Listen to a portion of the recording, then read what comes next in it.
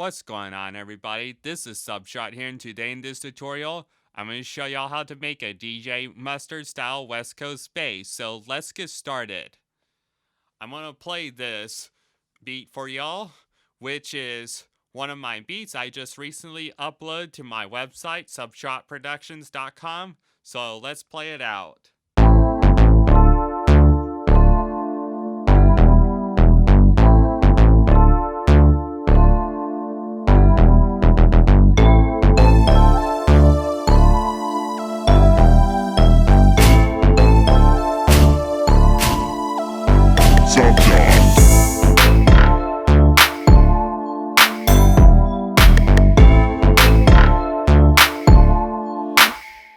Alright, so that's just a snippet of what we're going to create. It's specifically going to be this bass here that's being used in this beat.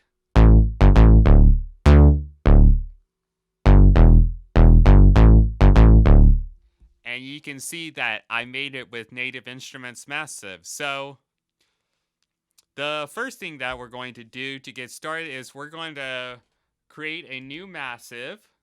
So we're going to replace this with a brand new massive, as obvious.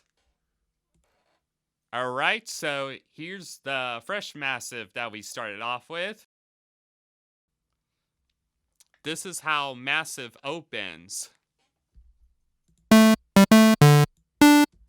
So the first thing that we're going to do is we're going to obviously start with a brand new sound.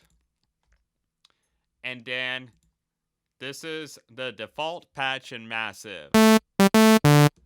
It's just a basic saw wave. And we're going to do some more here. So the next thing that we're going to do is obviously we're going to change the pitch of the first oscillator down to -24.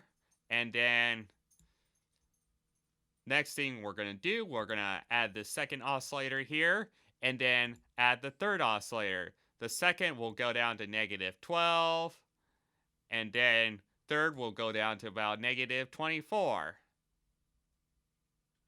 And of course, all the intensities will be up. And then this is the sound that we're going to get now. Alright, so we're starting to get there. It's now in the bass range. And then what we're going to do is we're going to restart the oscillator phases via gate. This second oscillator will be brought over here. And then this is how it will sound. Now, to kind of get that rich low in, we're going to detune the first and third oscillator. So the first one will bring it to -24.08, and then the second one will be -23.98. Alright, so here's how they will sound. And we're going to adjust this.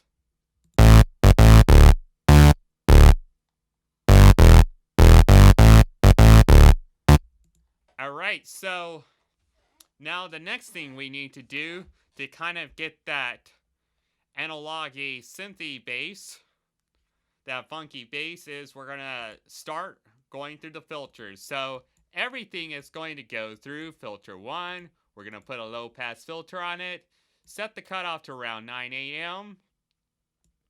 And then the first envelope, we're going to bring the level of the decay down, and then bring the decay down itself.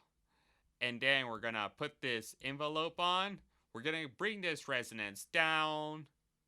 And then we're going to bring this filter amount, or we'll bring this envelope amount to around 3 PM.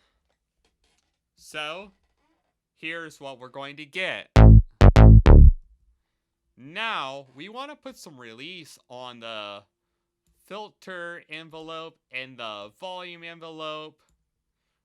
So this one envelope is currently on the filter, it's controlling this, and the 4 envelope, this is 0 and this is full volume, and it's controlling the volume.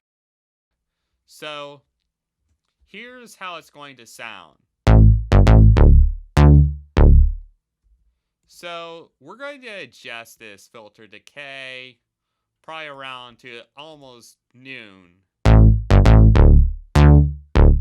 So around almost noon, this decay, this is the amount that we want. So the next thing that we're going to do is we're going to apply the velocity so that way when I hit the note soft and when I hit it harder,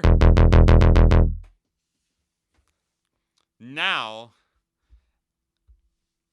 the softer note is going to obviously play at a lower volume and the harder note will play at a higher volume. And of course, I can go into the piano roll, adjust the velocities here, and they are linked to the volume, which is the amp. And there's more things that you can actually do with this sound. You can add like distortion or reverb or kind of expand it a bit more. But this is the sound that will really play very nice.